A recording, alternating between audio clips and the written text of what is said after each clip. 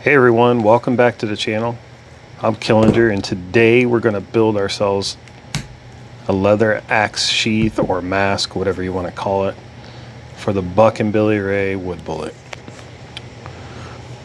I had a little incident with this guy, and it bit me, so it is time to cover up that edge, and then Buckin will have a nice leather mask for it when he gets it back.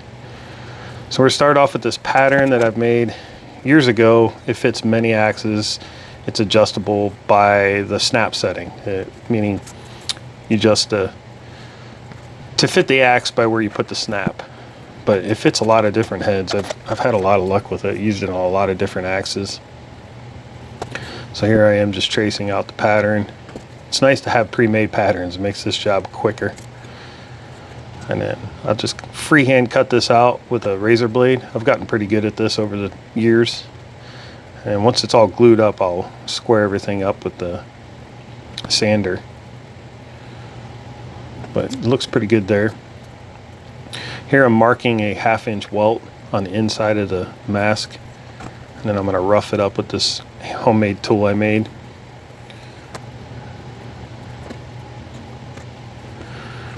I'm going to strap my edger here.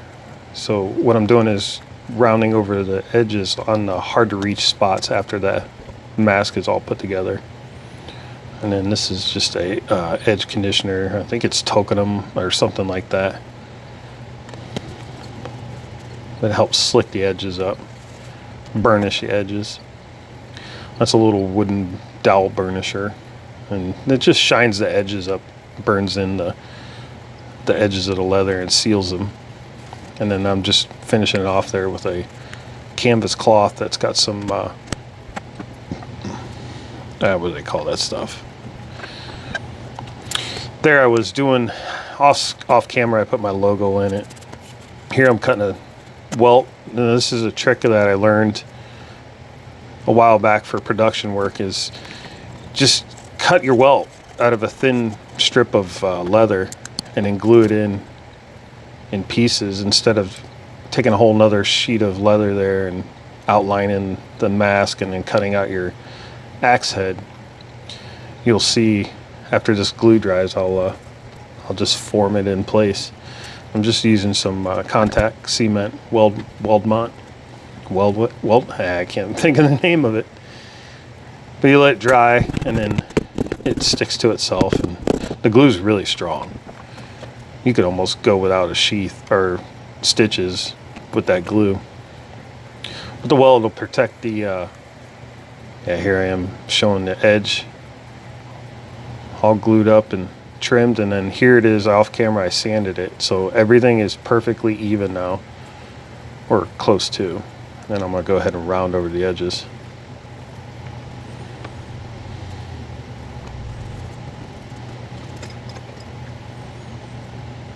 Here I'm setting the stitch line about 1/4 inch from the edge with this. This is just a creaser, and there's a couple different ways you can do this, but I'm just using a creaser. It just puts a crease in the leather, and then I'll do that all the way around the whole perimeter. And then I'm going to come back and do a second line for decoration. Here I am setting it for a 1/2 inch. And I'm dropping in a second line that'll run right next to my stitches, and it'll just be like an added touch and make it look a little bit fancier. Totally unnecessary, but I like the way it looks, so I like to throw it in there. It'd be better to do that wet. That was a quick test fit. Make sure I'm on track. Measuring out my thread, it's 4 times the length you need plus a little. I actually cut this thread a little too long, but that's not a big deal. I'd rather be too long than run out.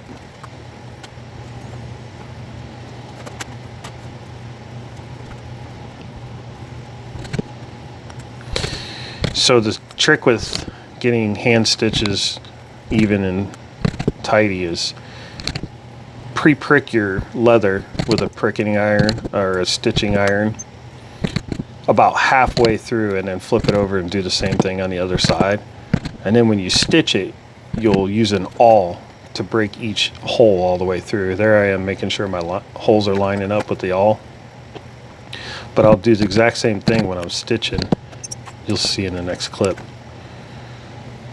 But it helps keep everything lined up nice and even, and you don't have blown leather out the other side or anything like that. So I'll put this thing in the stitching pony. And then we're going to do a saddle stitch. I'm not going to go into detail about a saddle stitch or anything. You can look it up on YouTube. There's about 1,000 videos on how to do a saddle stitch.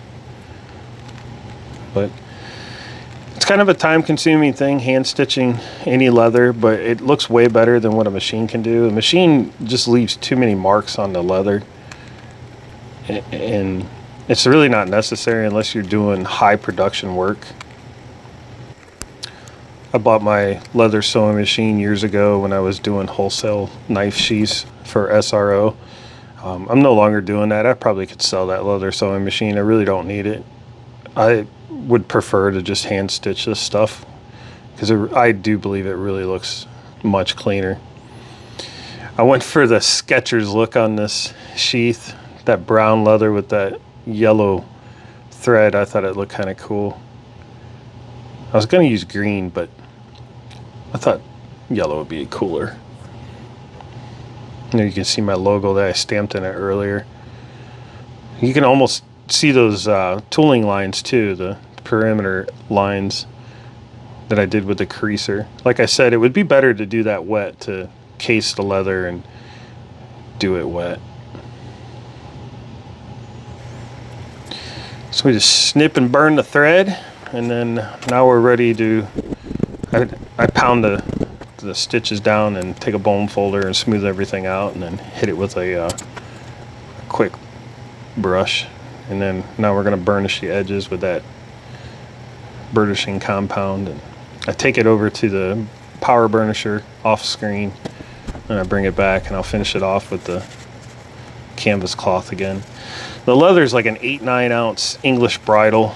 I probably bought from Weaver years ago. Very, very thick leather. It's awesome for this kind of, well, 8-9 ounce English bridle is probably good for anything. Quick touch up on those perimeter lines with the creaser. I'm going to start getting some snaps in here. So I place the outside snap first, and I'll take that and set it. And then I'll put the axe in the sheath and fold that over as hard as I can and make an indentation with the snap onto the leather. And then put my back side of the snap in. And voila, fits perfectly. Beautiful. So anyways, guys, hope you enjoyed that. Just a quick down and dirty leather sheath that looks good and is functional. Should last a lifetime. When I send this axe back to Buckin Billy Ray, hopefully he'll enjoy it. But that's it. We'll see you guys in the next video.